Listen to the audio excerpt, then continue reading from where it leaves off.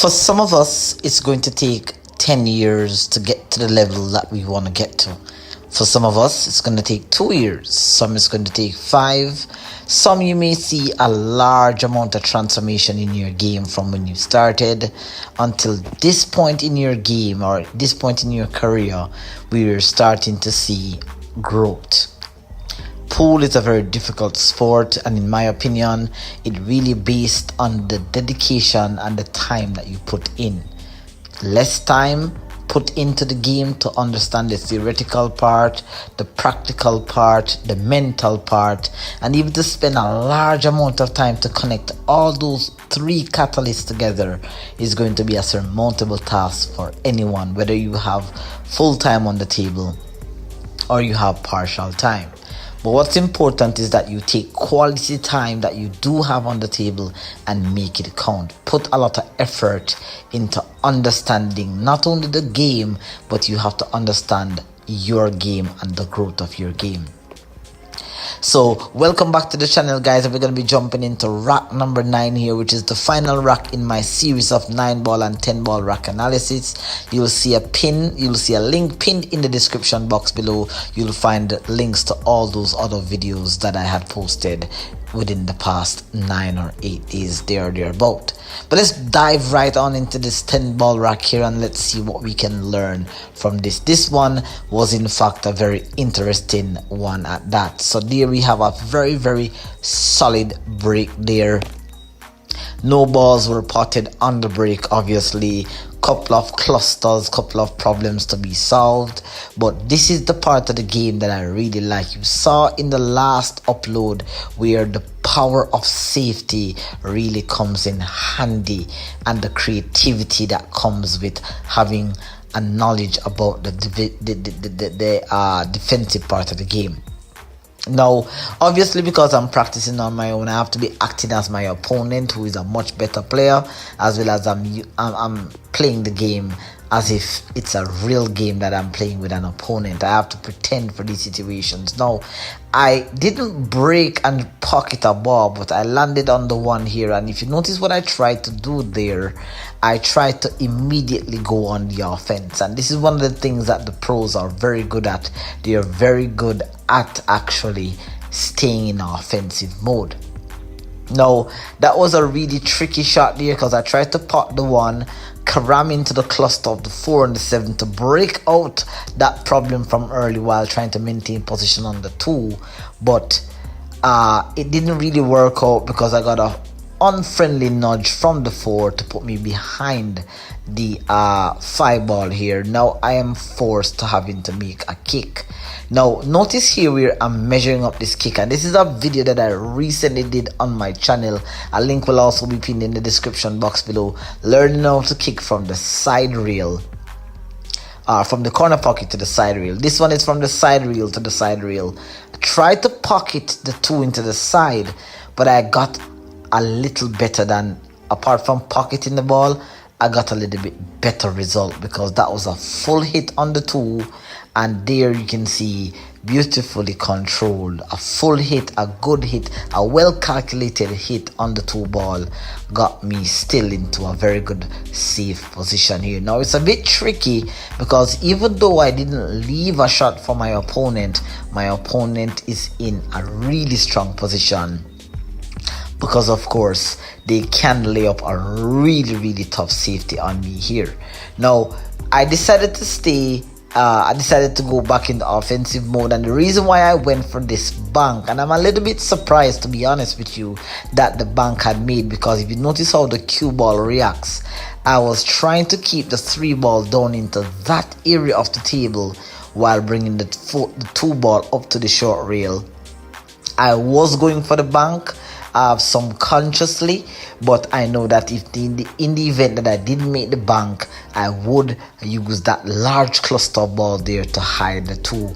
I got lucky, and then I got unlucky because now the cue ball is wedged up behind the 6. Now here is where knowledge is important. What I find that a lot of the players in my area and also they don't really pay much attention to this aspect of the game, and it's perhaps the most fascinating part of the game, is the aspect of kicking. A lot of them, they do kick by feel, by experience, but when you start to really dial down on, where on the object ball you want to hit, how to hit and to resave your opponent, it does take a little bit extra practice and extra time and extra knowledge. So once again, for me, I'm going after the one-way kick at the swing to the side, but notice how I kicked it again very flush. If you really want to dial down on your kicking, guys, I have a whole secret kick shot playlist pinned in the description box below. You can really supercharge your kicking game with various systems, feel and numerical systems that can give you good results like what I'm getting here.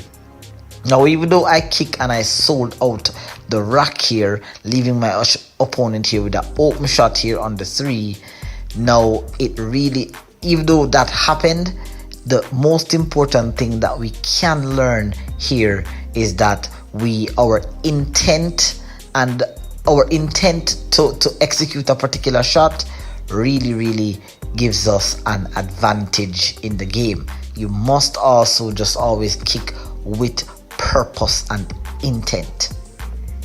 Now, didn't land nicely here on the 4, but I do have a pot. It's really a tricky rack. For me to tell you I'm going to run this rack out, I can't say for certain, but let's see how it pans out here. This is a very tricky back cut. Oftentimes I miss these shots by overcutting, but that one was perfectly executed, and a friendly bump into the 5 here lays it up nicely for a better position. Now, I definitely did not know that I was gonna land this perfect on the 5, but it does work, and like I said, it's a great feeling when you're potting well and the pool gods are in your favor. Now I'm on the 5 here, just gonna be stun drawing, coming back out for the 6. Really nice, and I like my pace around the table.